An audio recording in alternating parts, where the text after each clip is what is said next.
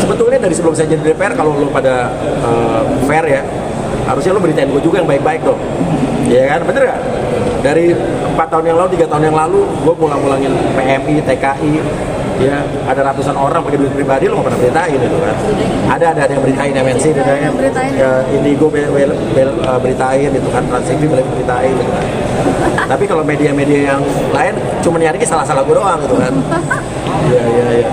Ya, jadi gue tetap setelah jadi DPR pun beberapa gue tetap menjalankan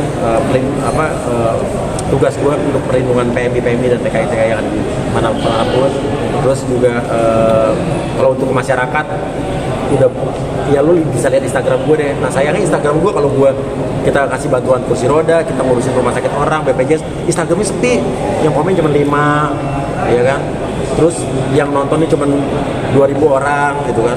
Giran gue ini ngelakuin kesalahan, yang nonton 900.000.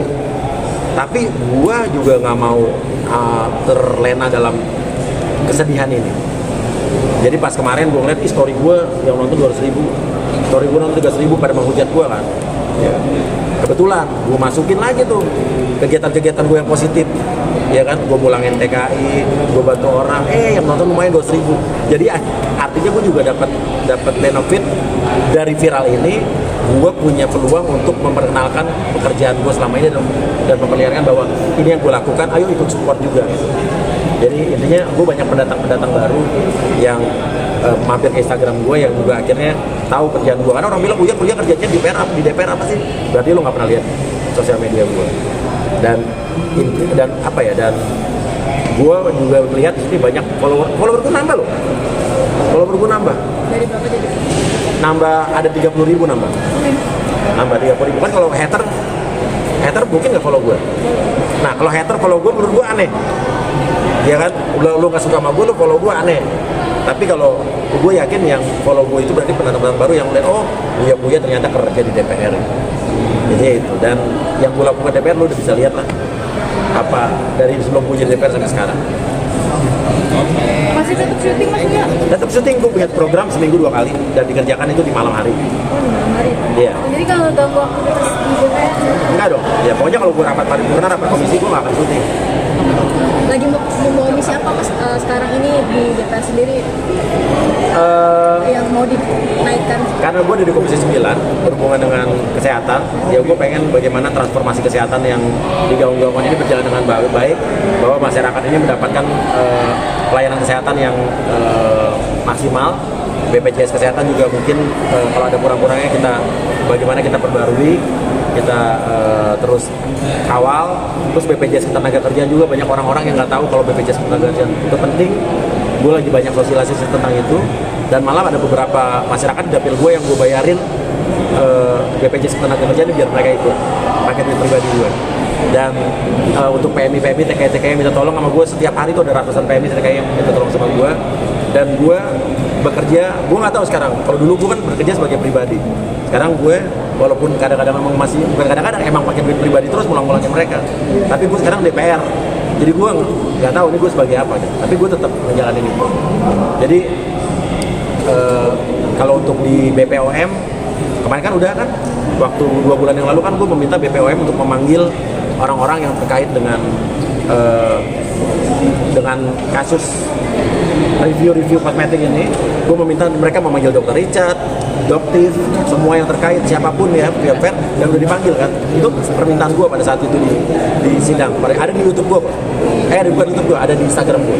Itu 2 bulan yang lalu dan sudah dipanggil pas kemarin gue lagi di Amerika. Pada akhirnya sudah dipanggil semua, gimana respon Mas Buya sendiri? Dan ini jadi huru hara skincare nih, makin memanas nih. Artinya kan usulan gue dan masukan gue diterima oleh BPOM dan mereka dipanggil. Karena gue bilang kalau BPOM tidak memanggil mereka, tidak ada ketegasan, abu-abu, artinya ini semakin liar.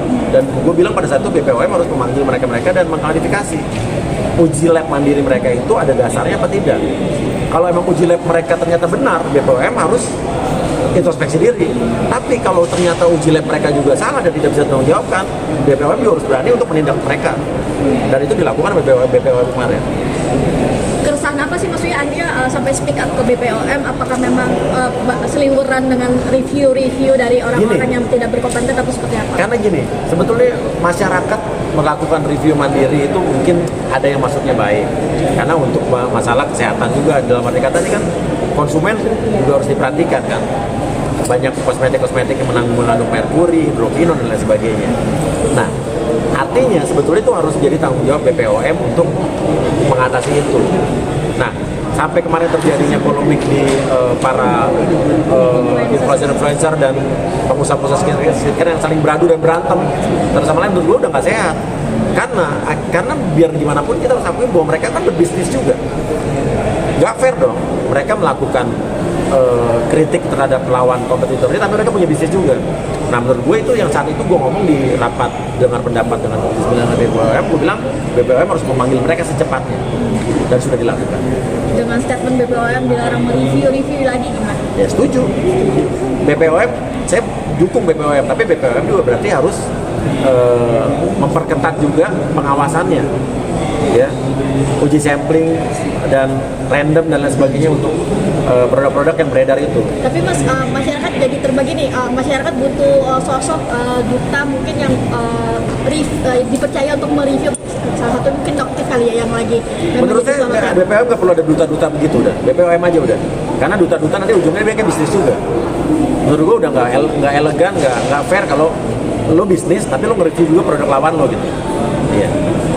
Itu yang jadi pengennya Mas Uya sendiri. Nggak boleh, BPOM yang harus tegas di sini. Dan BPOM sudah memperlihatkan ketegasan. Dan ketika melihat huru hara Asia dengan Doktif, terus pengusaha skincare lain, seperti apa sih Mas sampai ke ranah polisi?